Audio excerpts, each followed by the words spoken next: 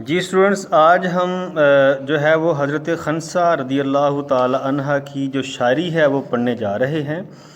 تو حضرت خنسہ بہت مشہور مرثیہ گو ہیں، اور انہوں نے جو آپ کے سلیبس میں جو ان کا مرثیہ دیا گیا ہے اس میں انہوں نے اپنے بھائی سخر کی مرثیہ گوئی کی ہے۔ اور خنسہ جو ہیں ان کا بھائی کسی جنگ میں مارا گیا تھا، تو ان کی جدائی کے اندر، ان کے غم میں جو انہوں نے اشعار کہے ہیں، تو جو اشعار غم میں کہے جائیں ان کو جو ہے وہ مرثیہ کہا جاتا ہے۔ تو مرثیہ نگاری میں حضرت خنسہ اپنا ایک یعنی کہ کمال کا رتبہ تھا ان کا۔ تو جب انہوں نے جو ہے وہ اسلام قبول کیا، تو اس کے دوران بھی، اسلام قبول کرنے کے بعد بھی جو ہے وہ ان کے جو 4 بیٹے ہیں وہ جنگ قادسیہ میں جو ہے وہ شہید ہوئے، لیکن انہوں نے جو ہے وہ صبر کا دامن نہیں چھوڑا۔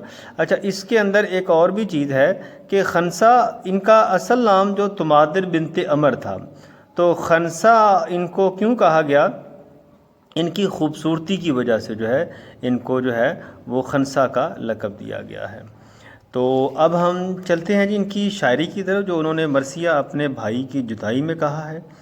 مطلب کہ اگر کسی کا کوئی بڑا پیارا اس دنیا سے چلا جائے، اور اس کو جو غم ہوتا ہے اس کا ہم اندازہ نہیں کر سکتے، وہ جس کے اوپر بیتتی ہے وہ بہتر جانتا ہے۔ تو اس کے اندر جو ہے زمانہ بڑے شوق سے سن رہا تھا، تم ہی سو گئے داستاں کہتے کہتے۔ تو یہ جو دنیا سے جانے والے ہیں ان کو ہم روک تو نہیں سکتے، لیکن ان کا جو غم ہے وہ ہمیشہ انسان کے ساتھ رہتا ہے۔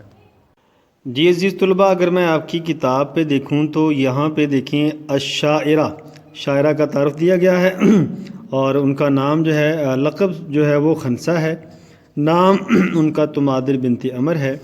تو انہوں نے بڑے معزز گھرانے میں پرورش پائی، اور ان کا جو لقب تھا وہ خنسہ تھا۔ اور خنسہ کا مطلب کیا ہوتا ہے؟ باقرۃ الوش، مطلب جنگلی گائے۔ کیوں کہا گیا انہیں؟ کیونکہ ان کی خوبصورتی کی وجہ سے، لجمالہا، ان کی خوبصورتی کی وجہ سے۔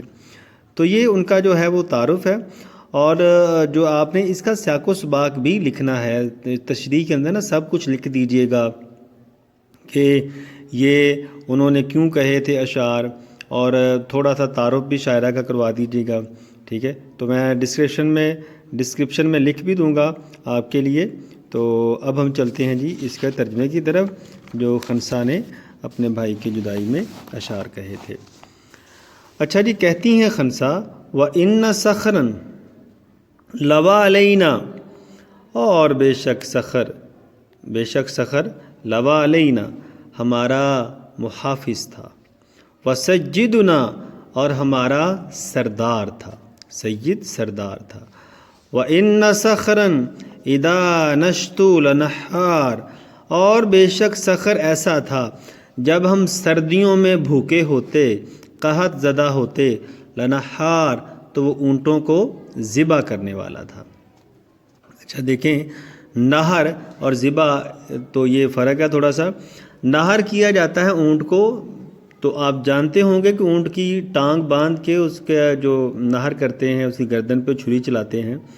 تو ذبح تو ہمیں پتہ ہے نا، لٹا کے کیا جاتا ہے، گائے، بکری، بھینس یہ ذبح کی جاتی ہے، مرغیاں وغیرہ، اور جو اونٹ ہے اس کو نہر کیا جاتا ہے۔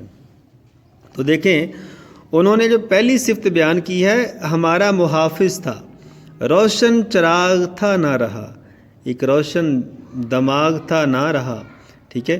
تو ہمارا سردار تھا، ہمارا محافظ تھا۔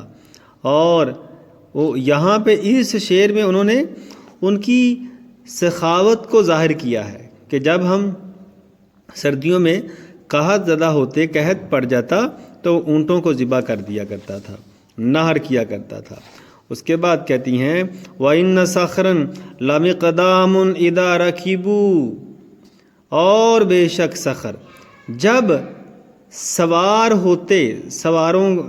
ہوتے یعنی کہ گھوڑ سوار جو تھے، لَمِقْدَامٌ، گھوڑ سواروں کے آگے ہوتا، اِذَا رَكِبُوا، جب سوار وہ ہوتے تھے۔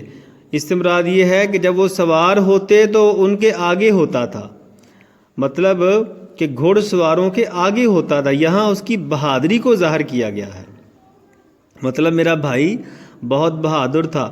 جنگ کے اندر جو گھوڑ سوار ہوتے ہیں ان کے آگے وہی رہتا ہے جو بڑا بہادر ہو۔ کمزور دل والے، کمزور لوگ وہ پیچھے پیچھے رہتے ہیں گھوڑ سواروں کے، ٹھیک ہے۔ یہاں اس کی بہادری کو ظاہر کیا گیا ہے۔ وَإِنَّ صَخْرًا إِذَا جَاءُ لَأَقَّارٌ، اور بے شک صخر ایسا تھا جب وہ بھوکے ہوتے، لَأَقَّارٌ تو وہ اونٹوں کی ٹانگیں کاٹنے والا تھا۔ مراد یہاں بھی اس کی سخاوت بیان ہوئی ہے کہ میرا بھائی اتنا سخی تھا، یعنی کہ لوگوں کو کھانے کھلانے والا تھا، لوگوں کی خدمت کرنے والا تھا۔ عقار اونٹوں کو کاٹنے والا تھا، اونٹوں کو کاٹ دیتا تھا لوگوں کی بھوک مٹانے کے لیے۔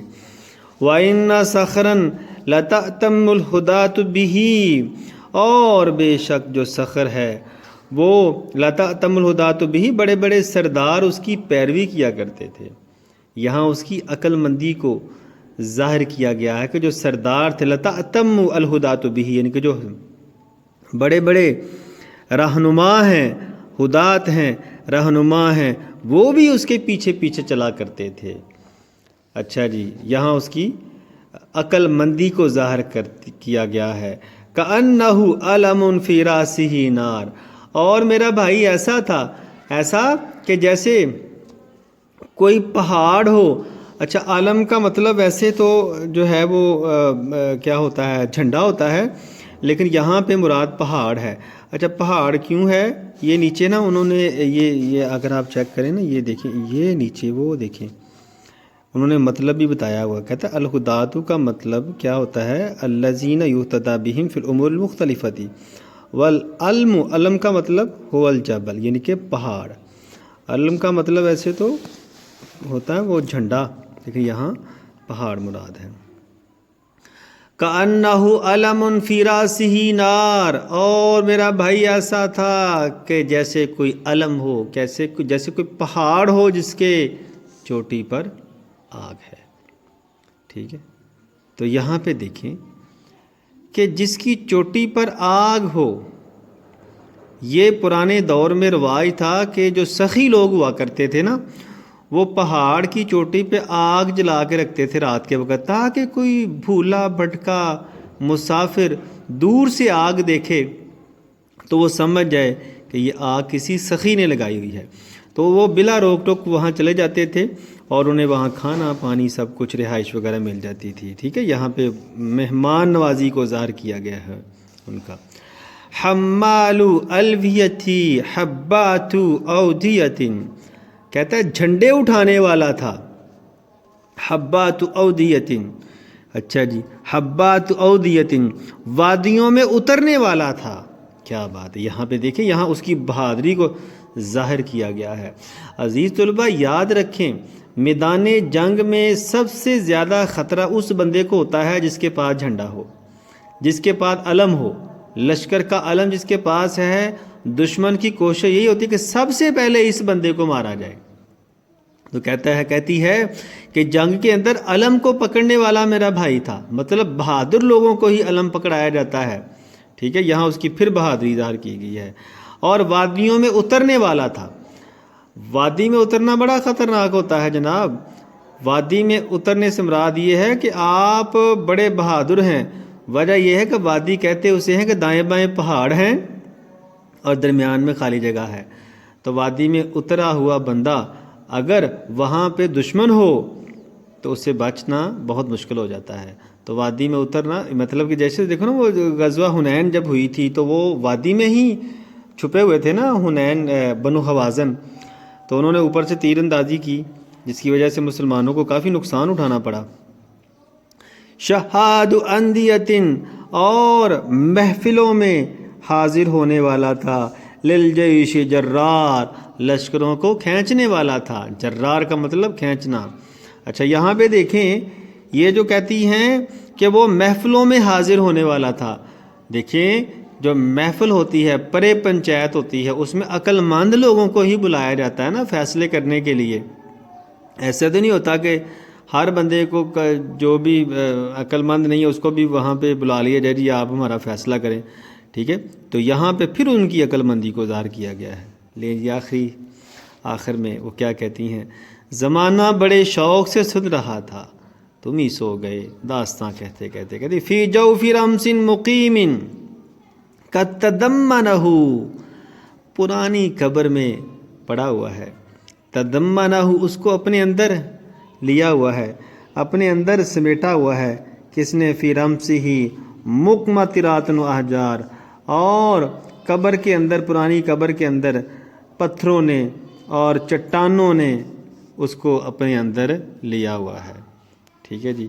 مطلب کہ آج میرا بھائی اتنا بہادر، دیکھیں دوبارہ، جھنڈے اٹھانے والا، ہمارا محافظ، لوگوں کو کھانے کھلانے والا، بھوکوں کو کھانے کھلانے والا، لشکروں کی قیادت کرنے والا، جھنڈے اٹھانے والا، بڑے بڑے رہنما اس کی پیروی کرتے تھے، اور وادیوں میں اترنے والا، لشکروں کو کھینچنے والا، آج میرا بھائی پرانی قبر میں پڑا ہوا ہے. فی جوف رمس مقیم، پرانی قبر میں مقیم ہے. قد تضمنہ فی رمسہ، اور اس کو اپنے اندر لیا ہوا ہے، کس نے، مقمطرات و احجار، چٹانوں نے اور پتھروں نے. تو یہ تھی جی ان کی جو ہلکی مرثیہ جو انہوں نے اپنے بھائی کے بارے میں کہا تھا. یہ شعر آپ لکھ لیجیے. چھپا لیا ہے جسے پت جھڑ کے زرد پتوں نے، تشریح میں کام آئے گا. ابھی تلک ہے بہاروں پر حکمراں وہ شخص. ٹھیک ہے. تو یہ آپ کر لیجیے گا. ایک روشن دماغ تھا نہ رہا، شہر میں ایک چراغ تھا نہ رہا، زمانہ بڑے شوق سے سن رہا تھا تم ہی سو گئے، داستاں کہتے کہتے. مطلب کہ یہاں پہ آپ کو جو چیزیں، جو پوائنٹ انہوں نے بتائے ہوئے ہیں، اس کے مطابق جو اشعار آپ کو بہادری کے حوالے سے آتے ہیں، اس کے علاوہ خدمت خلق کے حوالے سے آتے ہیں، وہ آپ اس میں ایڈ کر دیجیے گا. ٹھیک ہے. بہادری کے حوالے سے میں نے بڑے شعر لکھوائے ہوئے ہیں آپ کو، وہ یاد کریں. عمر بن کلثوم کی جب میں نے شاعری آپ کو کروائی تھی، وہاں بھی میں نے کافی شعر لکھوائے ہوئے ہیں آپ کو، وہ بھی آپ ایڈ کر سکتے ہیں. ٹھیک ہے. پچھلے یاد کیے ہوئے اگلے اشعار میں ایڈ ہو جاتے ہیں. جی طلباء، ملتے ہیں جی اگلی شاعری میں. آگے ہم جلد پڑھیں گے، بہت جلد، یہ والی شاعری عمر بن مادی کرب یہ پڑھیں گے. تو تب تک کے لیے اجازت دیجیے. اللہ حافظ.